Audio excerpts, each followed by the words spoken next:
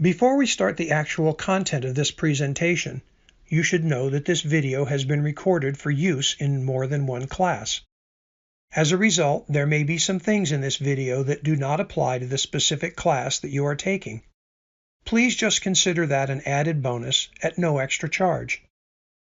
This particular presentation will cover a number of financial tools used in analyzing simple investments. In other presentations, there will be other tools examined for more complex analysis. I should also add that the formats have been pre-entered into this video to save time on the video. You most likely won't have that luxury if you are doing this in the real world. So let's get started. As I say in all my videos, the uses and workings of these tools and principles are explained in your textbook or on the web. These videos are just to show how to calculate the numbers and to show in what format the numbers are usually presented. The first problem requests an amortization schedule. As in prior problems, there is an input block above the schedule where the numbers can be entered. In this case, enter $25,000 in the workbook cell to the right of borrowed, 5 in the workbook cell to the right of years, and 6.75% in the workbook cell to the right of interest. The payment will need to be calculated. To do so, enter an equals followed by PMT followed by an open parenthesis into the workbook cell to the right of payment. Highlight the 6.75, enter a comma, highlight the 5, enter a comma followed by a minus, highlight the $25,000, enter a close parenthesis, and press enter. This formula calculates an annuity payment of $6,056.51. This number is a crucial part of the actual amortization table. To make the process a little less complicated, cell references are used to fill in the principal amount on the actual amortization table and the first payment amount. Again, the format is there for a 5-year amortization. To start filling in the table, highlight the cell directly under the $6,056.51. Enter an equals sign, use the up arrow on your keyboard once and press enter. The $6,056.51 is now showing as the payment for year 2. Highlight the year 2 payment, hold down the Control key, and press the C key. Use the down arrow on your keyboard once, hold down the Shift key, and use the down arrow on your keyboard twice. Hold down the Control key and press the V key. The payments are now filled in. Next, the calculation for interest needs to be entered. To do so, highlight the cell directly under interest in the amortization table, type in an equals, highlight the $25,000 in the amortization table, type an asterisk to denote multiplication, type in 6.75% and press enter.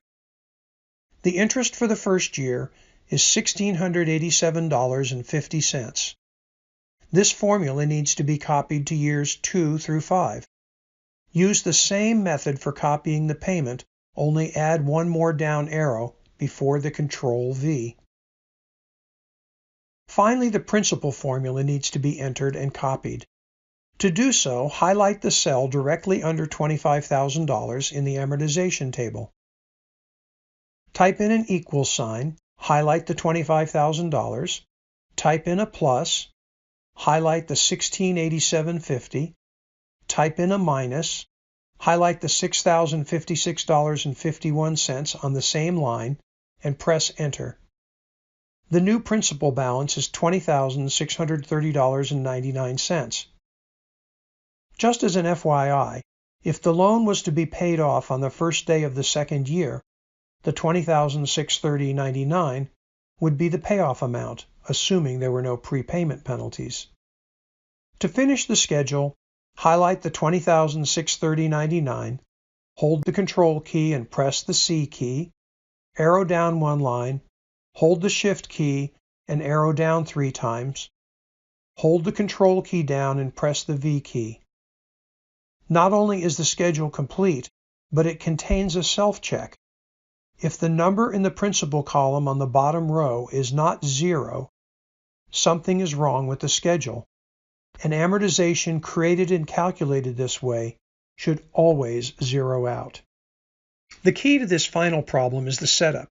The input block at the top of the screen is only a little of that setup process. You should notice that an extra column has been added to the usual format used for the future value calculation. That column will help to adjust both the stated interest rate and the number of periods. Remember that interest rates are almost always quoted as annual. The input block has been pre-filled in to match the numbers in the problem. Filling in the schedule is what needs to be addressed. To get started, the multiplier divisor cells need to be completed. Since annual compounding requires no adjustments, enter a 1 into the workbook cell under multiplier divisor. For the next cell down, logic dictates that the factor for semi-annual compounding would be 2, since there will be 2 compounding periods within 1 year. Enter 2 into that workbook cell.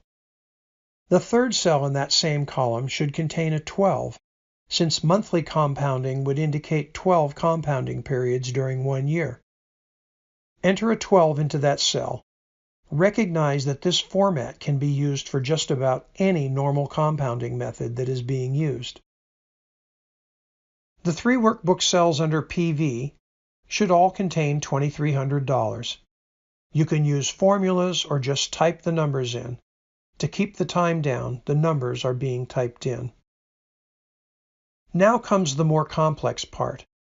The number of periods needs to be adjusted for the frequency of compounding.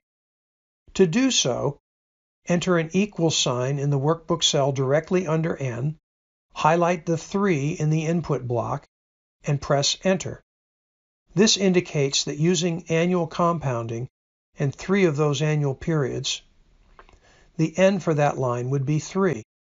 Without getting into too much of the theory, into the workbook cell under N and on the semi-annual line, enter an equals, highlight the 3 in the cell above, enter an asterisk to denote multiplication, highlight the 2 in the multiplier divisor column, and press Enter. For the next workbook cell down, enter an equals, highlight the 3 in the cell above, enter an asterisk to denote multiplication, highlight the 12 in the multiplier divisor column, and press Enter. Next, the interest rate needs to be adjusted for the frequency of compounding. To do so, enter an equals in the workbook cell directly under I, highlight the 6.3% on the input block, and press Enter. Since the compounding is annual and the interest rate is annual, there is no adjustment on this line. Without getting into too much theory, into the workbook cell under I and on the semi-annual line, enter an equals sign, highlight the 6.3 in the cell above, enter a slash to denote division, highlight the 2 in the multiplier divisor column, and press Enter. For the next workbook cell down, enter an equals sign, highlight the 6.3% in the cell above, enter a slash to denote division, highlight the 12 in the multiplier divisor column, and press Enter. Finally, to get the FV formula entered for the first line, type in an equals FV and an open parenthesis. Highlight the 6.3%, type a comma, highlight the 3, type a comma, type a 0 and another comma, type a minus, highlight the $2,300, type a close parenthesis, and press Enter. Since the format of the table is uniform, the Excel copy function will work very well. Highlight the cell with the 2762.66 in it, hold the Control key and press the C key. Arrow down one cell, hold the Control key and press the V key. Arrow down one more cell, hold the Control key and press the V key. Again, by using different multiplier divisor numbers, this basic format can be used for various scenarios.